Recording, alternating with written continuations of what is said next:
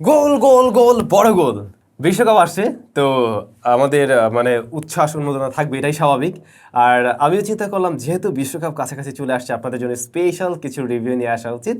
So আজকে থাকছে Xiaomi ব্র্যান্ডের একটি প্রজেক্টর। এই যে শাওমির ওয়ানবো প্রজেক্টর, এরই অন্য একটা মডেল নিয়ে আমরা লাস্ট ইয়ার একটা রিভিউ দিয়েছিলাম। তো ওইটার সাইজটা একটু ছোট ছিল, যেহেতু এবারে বিশ্বকাপ সো ওর বড় ভাই ম্যাক্স। এটা হলো শাওমি ওয়ানবো T6 ম্যাক্স। নামের পাশাপাশি যেমনটা আমরা ম্যাক্স দেখছি সেরকম আসলে স্পেশাল কিছু অফার করছে।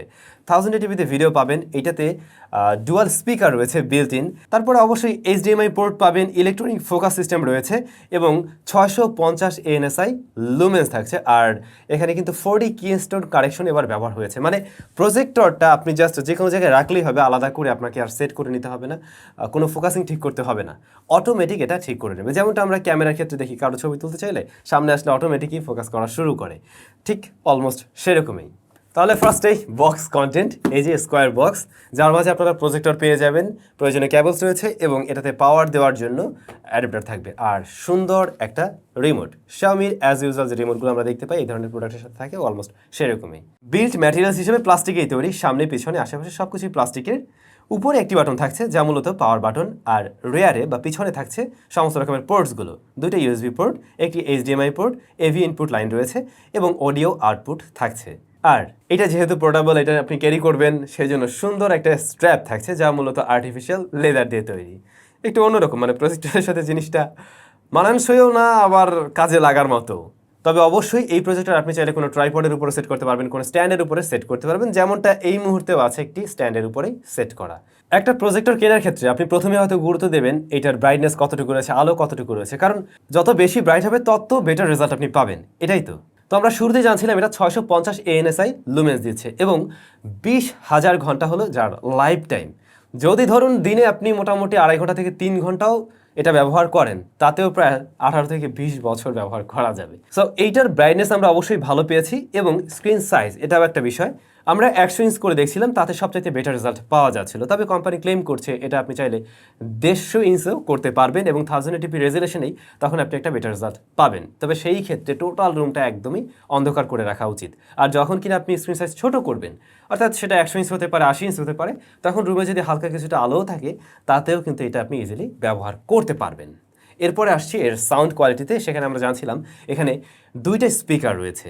তো এই যে দুইটা স্পিকার যা যথেষ্ট লাউড ছিল, আমার মনেই হয় না যে এটার সাথে আলাদা করে কোনো স্পিকার ব্যবহার করার প্রয়োজন আছে। তবে যেহেতু আপনি শুধু এখানে খেলা দেখবেন না, আপনি হয়তো এটা দিয়ে সিনেমা দেখবেন, মুভি দেখবেন, সেই ক্ষেত্রে সাউন্ড সিস্টেম আরও কিছুটা বেটার হওয়া উচিত এরকমটা মনে হবে। তখন আপনি সাউন্ড সিস্টেম লাগিয়ে নিতে পারেন, কারণ এটা অডিও আউটপুট দিতে পারছে।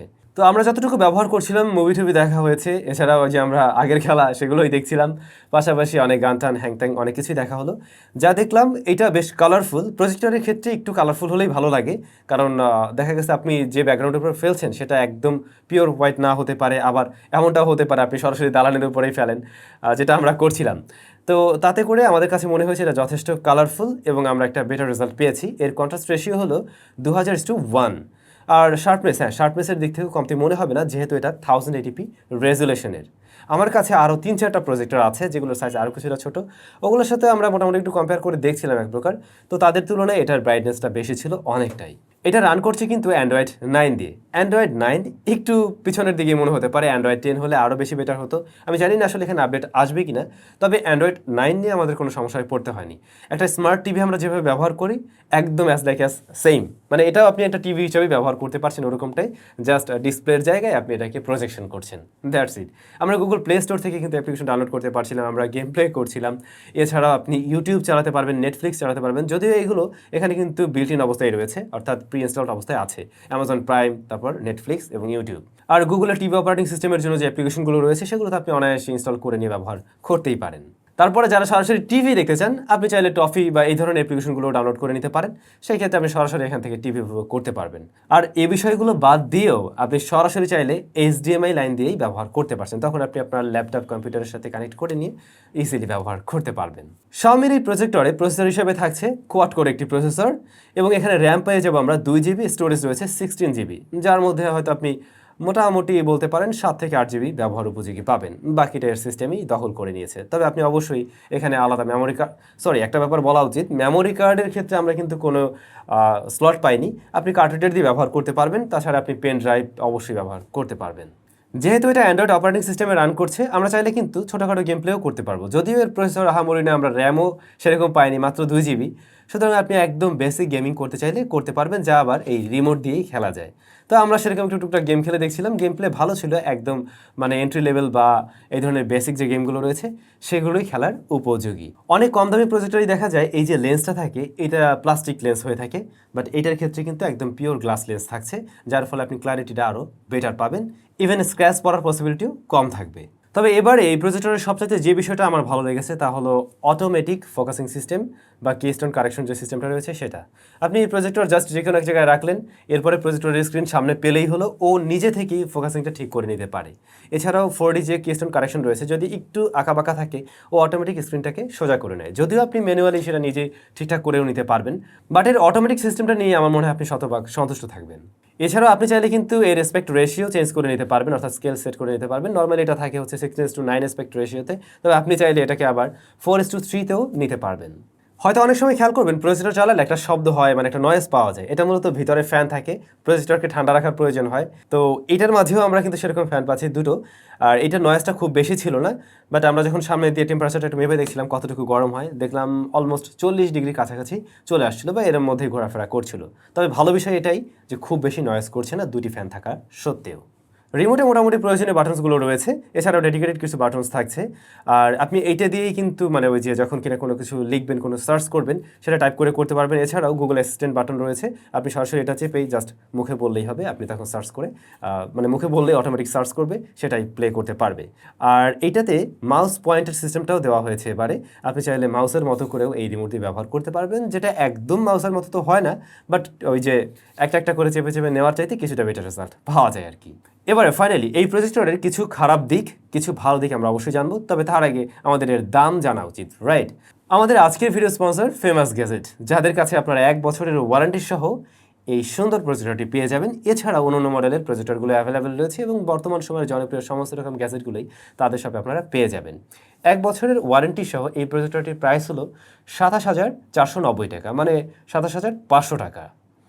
তো 27,500 টাকায় আমরা কোন জায়গাগুলোতে কিছুটা কম পেয়েছি, কোন জায়গাগুলোতে ভালো পেয়েছি সেটা জানবো।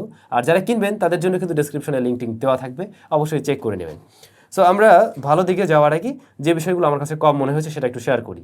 নাম্বার 1, আমরা এর কোনো লেন্স ক্যাপ পাইনি, যেটা থাকা আসলে উচিত ছিল, কারণ এরকম একটা প্রজেক্টর আমরা হয়তো কোনো একটা জায়গায় সেট করে রাখবো, বাট রেগুলার ব্যবহার নাও হতে পারে, সেই ক্ষেত্রে একটা যদি কোনো প্রোটেক্টর থাকতো তাহলে ভালো হতো। যদিও এর লেন্সটা ভিতরের দিকে, অনেকটাই ভিতরের দিকে, হাত লাগার পসিবিলিটি নেই, তারপরেও ডাস্ট তো জমতেই পারে। তারপরে ডেডিকেটেড কোনো মেমোরি কার্ড স্লট পাচ্ছি না, সেটা থাকলে একটু ভালো হতো। দেন এটার সাথে কিন্তু কোনো ব্যাটারিও থাকছে না, যদি ভিতরেই একটা ব্যাটারি থাকতো তাহলে জিনিসটা কিন্তু আরও বেশি পোর্টেবল হতে পারতো, আমরা যে কোনো একটা জায়গায় রেখে চার্জার ছাড়াই আমরা মোটামুটি ব্যবহার করতে পারতাম, এবং সেই ক্ষেত্রে ব্যাটারি ব্যাকআপ যদি 2-3 ঘন্টা বা 4 ঘন্টার মতো হতো তাহলে কাজের কাজ হতো। আর এর যে রিমোটটা, এটার সাথে এক জোড়া ব্যাটারি দিয়ে দিলেও পারতো, মানে বাঙালি তো চায় সব কিছু শুধু চায়। এই বিষয়গুলো থাকলে আমি আরও বেশি খুশি হতাম। এবারে যে বিষয়গুলোর জন্য আপনি আসলে একটা চয়েস করতে পারেন ইভেন 27,500 টাকায়ও, সেটা হচ্ছে এর ব্রাইটনেস। এর ব্রাইটনেস যথেষ্টই রয়েছে এবং এর শার্পনেস কালারও আমরা বেশ ভালো পেয়েছি। আমার কাছে আরও একটি প্রজেক্টর রয়েছে যার প্রাইসও সেম, এর চাইতে 500 টাকা বেশি, আমি নামটা এখন বলবো না। তো ওইটার সাথে আমরা কম্পেয়ার করে দেখছিলাম, ওইটার তুলনায় এটার ব্রাইটনেসও বেশি এবং আমাদের কাছে বেশ কিছুটা কালারফুলও লেগেছে, পাশাপাশি সাউন্ড কোয়ালিটিতেও এটা এগিয়ে থাকবে। আরও একটা বিষয় বলে রাখছি, এই প্রজেক্টরটা শুধুমাত্র আপনি নিচ থেকে এভাবে রাখবেন এমন না, আপনি চাইলে এভাবে উল্টিয়ে উপরের দিক থেকেও প্রজেকশন করতে পারছেন, এভাবে মানে ঝুলিয়ে আর কি উপর থেকে, এবং সেই ক্ষেত্রেও কিন্তু ওই যে কিস্টোন কারেকশনের মাধ্যমে আপনি একদম ঠিকঠাক স্ক্রিনটাই পাবেন। সো এই সমস্ত বিষয়ের কারণে অবশ্যই আবার রিকমেন্ডও করা যায়। তারপরেও দিন শেষে যদি দাম আরও কিছুটা কম হতো, লাইক এটা 25K এর আশেপাশে হতো, তাহলে প্যাকেজটা আমার কাছে একদমই মানে দারুণ একটা প্যাকেজ বলে আমি মনে করতাম। আসলে প্রজেক্টরের বিষয়টা হয় এমনই, যখন একটু ভালো কিনতে যাবেন তখন অনেকটা দাম দিয়ে আপনাকে কিনতে হবে। আপনাদের হয়তো খেয়াল আছে, আমরা Xiaomiর আরও একটি প্রজেক্টরের ভিডিও দিয়েছিলাম যেটার দাম ছিল মনে হয় 2 লাখ সামথিং। আপনাদের কাছে এই জিনিসটা কেমন লাগলো অবশ্যই কমেন্ট করে জানাবেন। আমরা ট্রাই করবো বিশ্বকাপের আগে ভাগে আরও এরকম স্পেশাল কিছু প্রোডাক্টের রিভিউ দেওয়ার জন্য, যেগুলোতে আপনাদের বিশ্বকাপটা আরও বেশি এনজয়েবল হবে। ভালো থাকুন, সুস্থ থাকুন, দেখা হচ্ছে নতুন ভিডিওতে।